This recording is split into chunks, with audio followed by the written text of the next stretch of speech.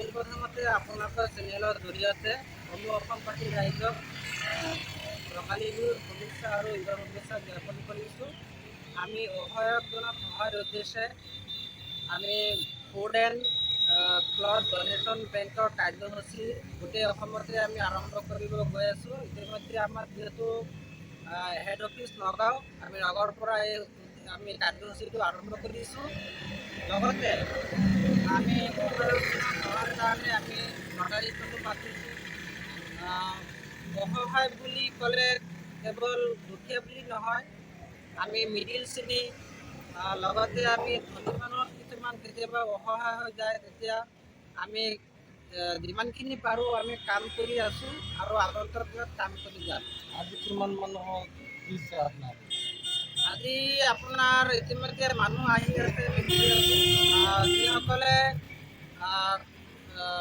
কাপোৰ দিব বিচাৰে আমাৰ তাত আহি দিব পাৰিব। পুৰণা ভাল কাপোৰ হ'ব লাগিব।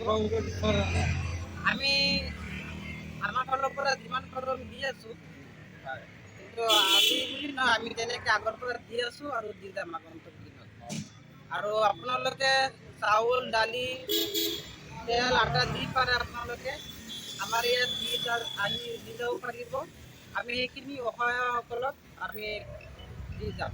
আপোনালোকে দি আছে মানে? হয়। আৰু আমাৰ এই কাৰ্যালয় নগাঁৱৰ ডিমৰগুৰি কালী মন্দিৰৰ কাষত। আপোনালোকে আমাৰ কণ্টেক্ট নম্বৰটো পাই যাব, ইয়াত কণ্টেক্ট নম্বৰ আছে।